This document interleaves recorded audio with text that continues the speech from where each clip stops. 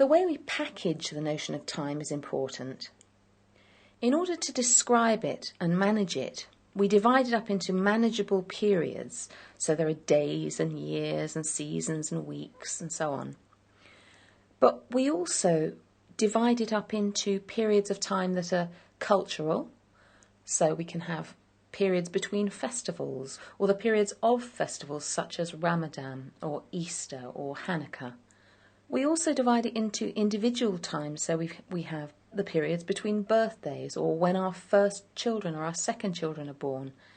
Time also has depth, by which I mean history, so that countries like America or Australia are modern or young in terms of history, whereas cultures such as China and Arab cultures have histories that last for thousands of years. So time has meaning to us as individuals, but it also has meaning to us as cultures.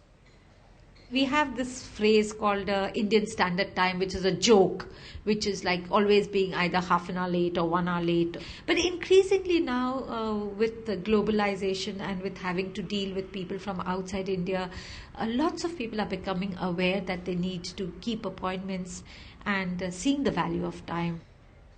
I think people do have an image of Arabs as being very late, which is not necessarily fair. What people do there is they tend to allow a much greater period of time for each social engagement. So perhaps if you were invited for lunch at 2, you would expect to remain with your friends, your hosts, until the evening. Whereas perhaps in Europe, you might go at 2 and have left by 4:30. Because of that, perhaps people aren't necessarily as punctual as we would expect them to be, because there's a much greater leeway in terms of the time